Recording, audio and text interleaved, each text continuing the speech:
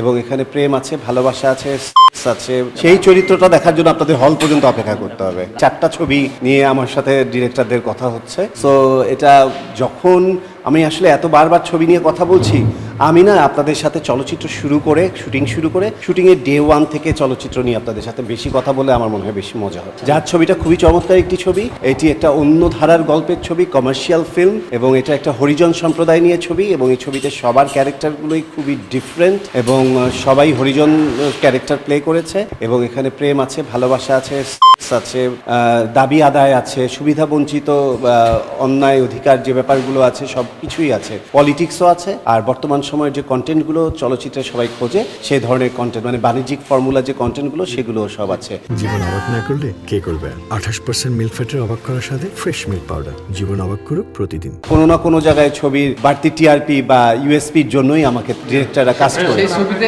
এডলক খানকে কোন চরিত্রে দেখা যাচ্ছে? সেই চরিত্রটা দেখার জন্য আপনাদের হল পর্যন্ত অপেক্ষা করতে হবে। অবশ্যই পরিবার নিয়ে দেখার মতো ছবি, কারণ আমার যে ডিরেক্টর, যে প্রডিউসার, তারা সবসময় পরিবারের জন্যই ছবি বানায়। মান্না ভাইয়ের প্রোডাকশন ডেফিনেটলি পরিবার নিয়েই ছবি বানাবে। আর যে নারী নির্মাতা নার্গিস আপা, উনি তো সমস্ত দর্শককে মাথায় রেখে সে ছবি বানায় বরাবর, এবং তার সব ছবি চলচ্চিত্র পুরস্কার প্রাপ্ত।